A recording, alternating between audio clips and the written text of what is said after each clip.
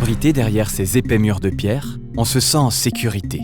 L'espace est réduit, mais sûr. Dépouillé, mais robuste. Aux avant-postes, mais protégé.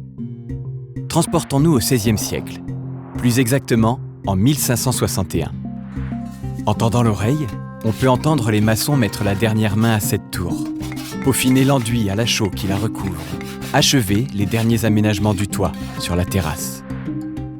Cette tour n'est pas un cas isolé. Elle fait partie d'un ensemble qui ponctue tout le littoral corse. Cet ensemble a été construit au XVIe et XVIIe siècle pour se défendre contre un danger, les razzias, attaques incessantes commanditées par l'Empire ottoman.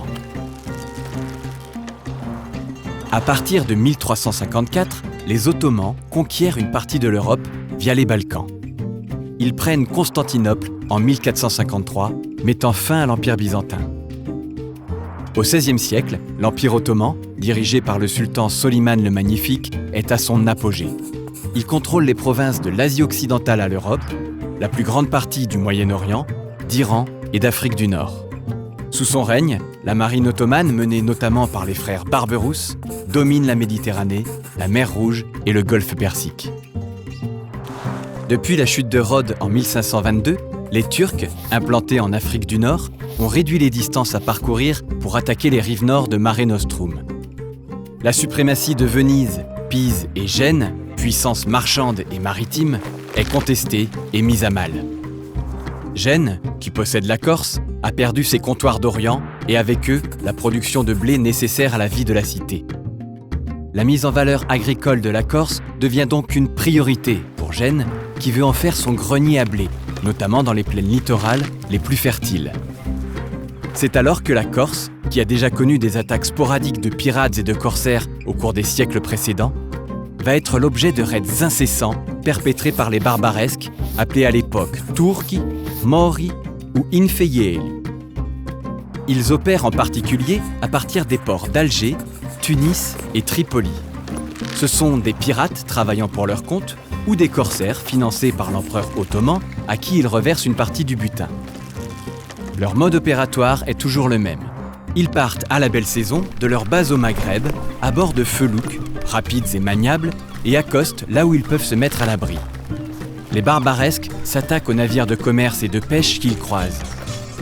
Ils pillent les villages et s'emparent des habitants, hommes, femmes et enfants, pour en faire des esclaves qu'ils revendent sur les marchés orientaux.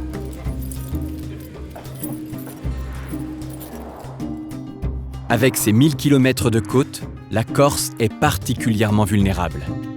La période la plus noire se situe entre 1570 et 1620.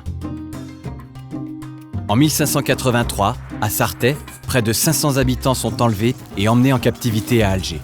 130 à Arbidali la même année. 150 à Ouliastrou en 1588. Toute l'île est touchée.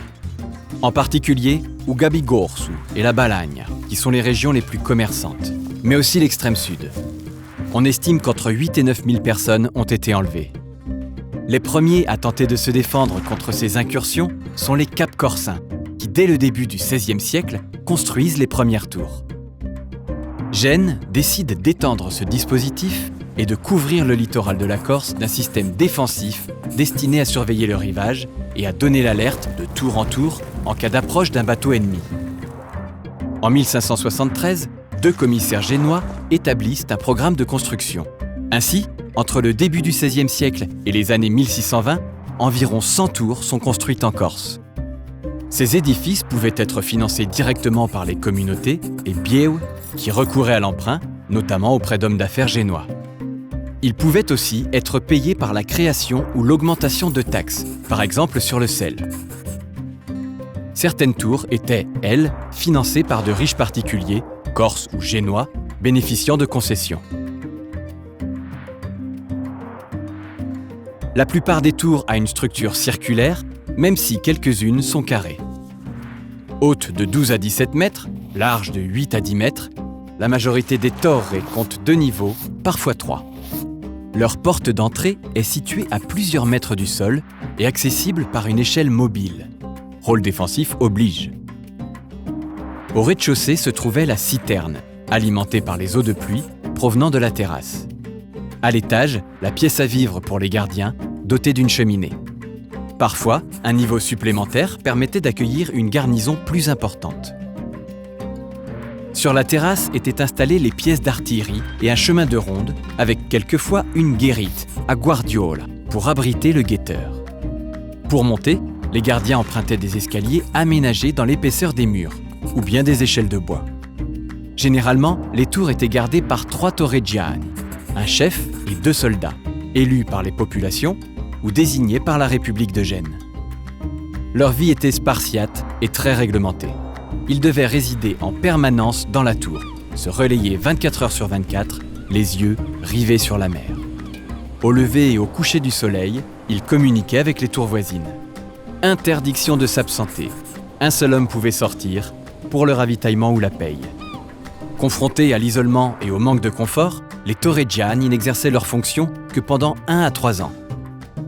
En cas d'approche d'une voile ennemie ou de signal donné par une tour voisine, les torreggiani allumaient de grands feux, tiraient des coups de canon, alertaient par des signaux de fumée ou sonnaient ugulombu, sorte de conque marine, pour prévenir les tours environnantes. Une chaîne se formait alors, et les habitants, prévenus assez tôt, avaient le temps de se mettre à l'abri. Mais ces tours pouvaient avoir aussi d'autres fonctions, celles de postes de douane. Les gardiens percevaient différentes taxes sur le commerce maritime, l'agriculture et la pêche, et surveillaient la contrebande. Elles servaient également de postes sanitaires, contrôlant les bulletins de santé des navires en provenance du continent. Elles ont même servi de lieu de quarantaine. Au cours du XVIIIe siècle, la piraterie en Méditerranée diminue pour se terminer définitivement en 1830 avec la capitulation d'Alger. Les tours littorales, devenues inutiles, sont abandonnées à partir de cette époque.